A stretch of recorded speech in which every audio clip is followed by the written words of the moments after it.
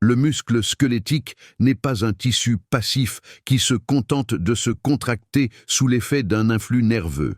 C'est un organe remarquablement plastique, capable de percevoir les signaux mécaniques, métaboliques et hormonaux de son environnement, puis de s'y adapter. L'entraînement physique agit comme un langage répété que le muscle apprend à comprendre de mieux en mieux, notamment en modulant l'expression et la sensibilité de ses récepteurs hormonaux.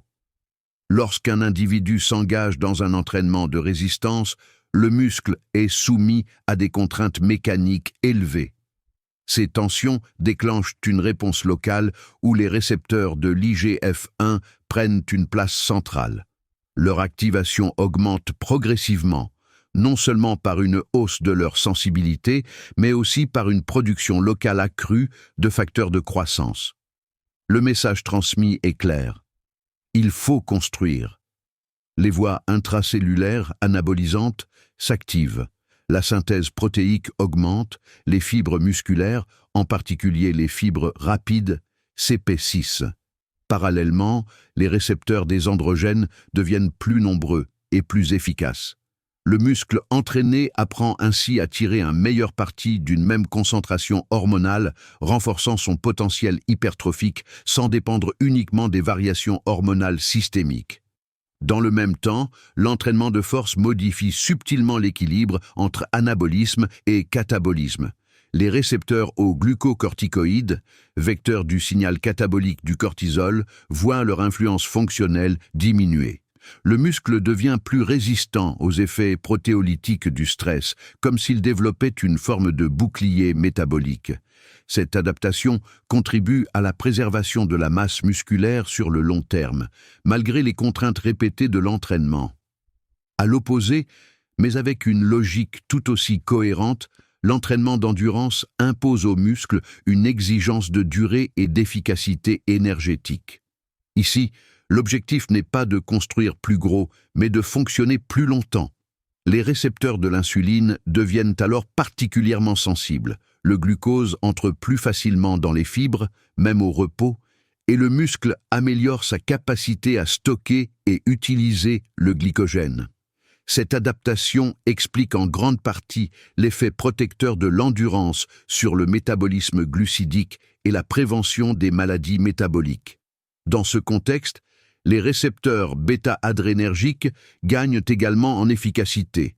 Le muscle répond plus finement aux catécholamines, mobilisant rapidement ses réserves énergétiques lors de l'effort prolongé. En parallèle, les récepteurs des hormones thyroïdiennes soutiennent la transformation du muscle vers un phénotype plus oxydatif. Les mitochondries se multiplient, les enzymes du métabolisme aérobie s'expriment davantage et les fibres lentes deviennent plus performantes. Le muscle s'adapte alors à l'économie, à la régularité et à la résistance à la fatigue.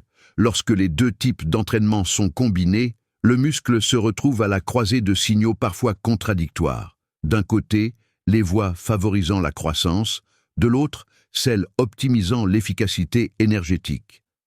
Cette cohabitation impose une régulation fine des récepteurs hormonaux et des voies de signalisation associées.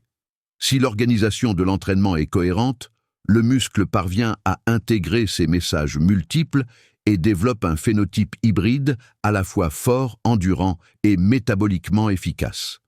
Enfin, ces adaptations ne sont jamais figées. Elles dépendent du niveau d'entraînement, de la régularité des stimuli et du temps. Chez le débutant, les récepteurs hormonaux se modifient rapidement, traduisant une grande plasticité.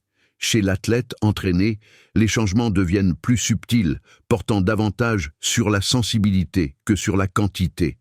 À l'inverse, l'inactivité entraîne une régression rapide. Les récepteurs anabolisants perdent de leur efficacité, tandis que les signaux cataboliques reprennent le dessus. Ainsi, à travers l'adaptation de ces récepteurs hormonaux, le muscle squelettique raconte l'histoire de ce qu'il vit.